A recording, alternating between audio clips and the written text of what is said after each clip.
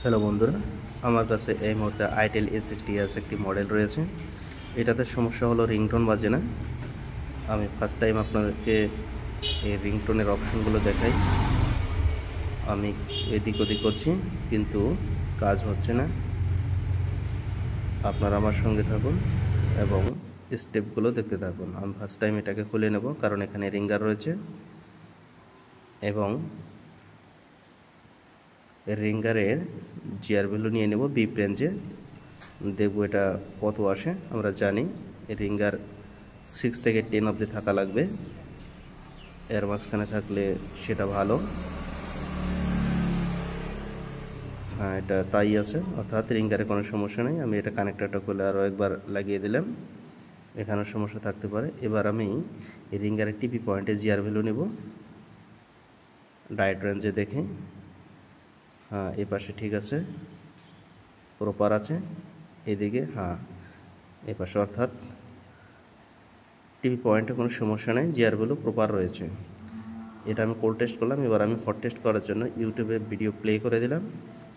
এখন আমি রিঙ্গারের টিপি পয়েন্টে ভোল্টেজ চেক করব। এখানে 1.8 থেকে 3.2 অবধি ভোল্টেজ পাওয়া যায়। দেখি এখানে কত আছে। নেই, ভোল্টেজ নেই, এখানে নাই, অর্থাৎ কোথাও সমস্যা অবশ্যই রয়েছে, কারণ এখানে ভোল্টেজ আসছে না। আমি বর্নিওটা ওপেন করে নিই, দেখব এটার কর্ডিক আছে কোথায়। কর্ডিক আইসিটা খোঁজার চেষ্টা করি একটু। এখানে কর্ডিক আইসি নজরে আসছে না। এটার কর্ডিক আইসি অবশ্যই সাববোর্ডে রয়েছে, অনেক সাববোর্ডে এরকম থাকে, এটাতে কিন্তু নেই, আমি দেখতে পাচ্ছি না। সাববোর্ডে আমি অবশ্যই এটার কর্ডিক আইসিটা পাবো। তবে এনেবল লাইনটা দেখে নেব। হ্যাঁ, এখানে এনেবল, যেহেতু সিপিইউ থেকে আসবে, এখানে এনেবল লাইনটা আছে। আমি এবার সাববোর্ডে চলে যাই, কারণ এইটাই একটা আইসি আছে এখানে, এবং রিঙ্গারের টিপি এবং এই আইসির পাশে দেখব কোনো সম্পর্ক আছে কি না। সম্পর্ক তো অবশ্যই আছে, কারণ ইতিমধ্যে আমি জিআর ভ্যালু পেয়েছি। কিন্তু এই আইসি কর্ডেক আইসি কিনা সেটা নিশ্চিত হওয়ার জন্য আমি রিঙ্গারের টিপি থেকে এই আইসির পাশে আমি জিআর নেব, বিপ রেঞ্জে হোক বা ডায়েট রেঞ্জে হোক, নিয়ে নিলাম। আর আমি ভিডিওর কর্নারের রাইট সাইড আপারে বর্নিও থেকে আমি এটা ইন্ডিকেট করেছি, আপনারা দেখছেন। দেখেন এখান থেকে সরাসরি এখানে পয়েন্ট রয়েছে, অর্থাৎ যোগাযোগ রয়েছে, সম্পর্ক, অর্থাৎ এটা 100% কর্ডেক আইসি, কারণ এখানে এটা কর্ডেক আইসির অবশ্যই।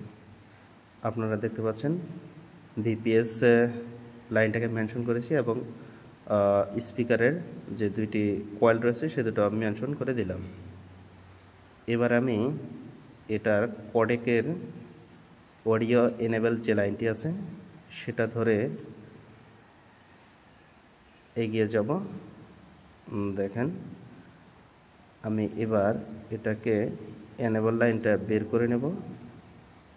অডিও এনেবল লাইন যেটা ছিল এটা আমি সাববোর্ডে কানেক্টর থেকে সরাসরি, এটা অবশ্যই অডিও আইসিতে অর্থাৎ কর্ডেকে চলে যাবে এটা, সেটা আমি একটু ক্লিয়ার করে দেখানোর জন্য এটা করছি। এইখানে ভিপিএস এবং অডিও এনেবল যে লাইনটি রয়েছে একসঙ্গে রয়েছে, আপনারা দেখতে পাচ্ছেন, এটা বর্নিওতে রয়েছে।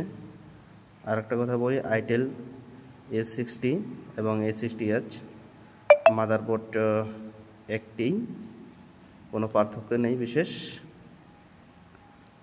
এটা আমি ফাইন্ড আউট করে নিলাম। এটা হলো আইসির এনেবল,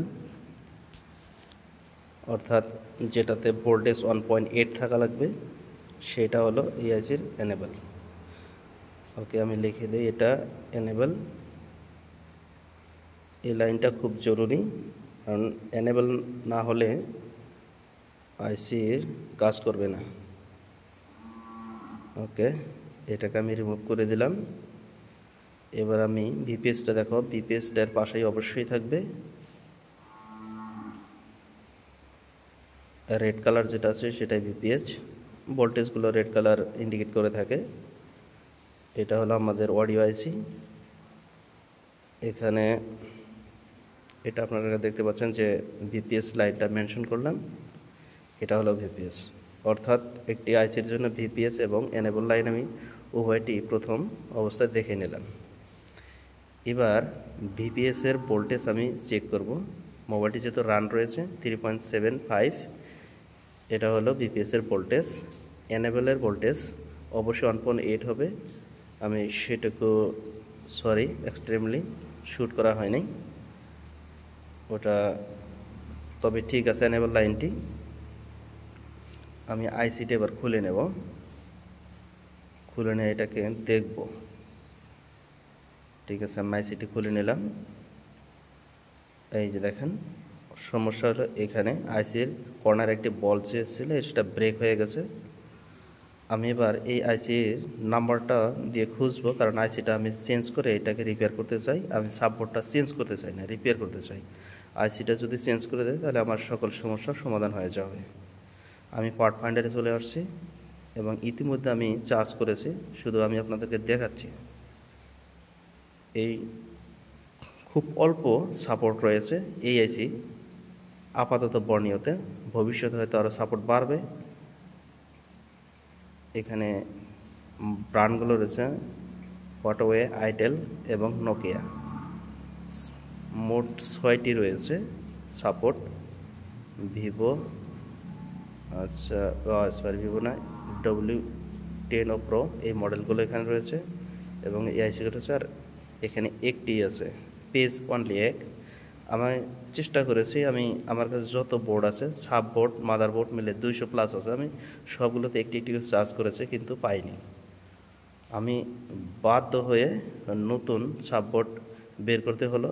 আমার ইচ্ছা ছিল সাববোর্ডটা রিপেয়ার করার, কিন্তু করতে পারিনি, কারণ ওই আইসিটি খুব রেয়ার, মিলাতে পারিনি। আমি নতুন সাববোর্ডটি সেট আপ করে নিলাম। আমি ট্যাপ দিচ্ছি কারণ এটা চেকিং করার জন্য সুবিধা হয়, সেজন্য ট্যাপিং করে নিলাম। আমি এবার জিআর ভ্যালু চেক করে নেব, দেখব সাববোর্ড নতুন হলে কি হবে, খারাপও হতে পারে। আমি জিআর ভ্যালু নিয়ে নিলাম, জিআর ভ্যালু আছে, হ্যাঁ এখানেও জিআর ভ্যালু আছে, অর্থাৎ জিআর ভ্যালুতে কোনো আপাতত সমস্যা নাই। তবে আমি এবার হট টেস্টের জন্য ভিডিও প্লে করতে হবে, কারণ আমি ইতিপূর্বে হট টেস্ট পুরনো সাববোর্ডে করেছিলাম, পাই নাই। কিন্তু এটাতে দেখা লাগবে যে আমাদের রিঙ্গার টিভিতে ভোল্টেজ আছে কি না। হ্যাঁ, ভোল্টেজ চলে আসছে 2.78, অর্থাৎ এই সাববোর্ড 100% ওকে রয়েছে, সাববোর্ডে কোনো সমস্যা নেই। উভয় প্রান্তে দেখেন ভোল্টেজ রয়েছে। একটি রিঙ্গার বাজার জন্য যেমন আপনার জিআর ভ্যালু প্রয়োজন, তেমন ভোল্টেজ আসাও প্রয়োজন। ভোল্টেজ না আসা অবধি রিঙ্গার কখনোই বাজবে না। আমি দ্রুত এটাকে ফিটিং করে নিচ্ছি, কারণ ভিডিও লম্বা বেশি করতে চাচ্ছি না। ভিডিও প্লে করে দিলাম, এই আপনারা দেখতে পাচ্ছেন। অর্থাৎ আমাদের যে সমস্যা ছিল, সমস্যার সমাধান হয়ে গেছে।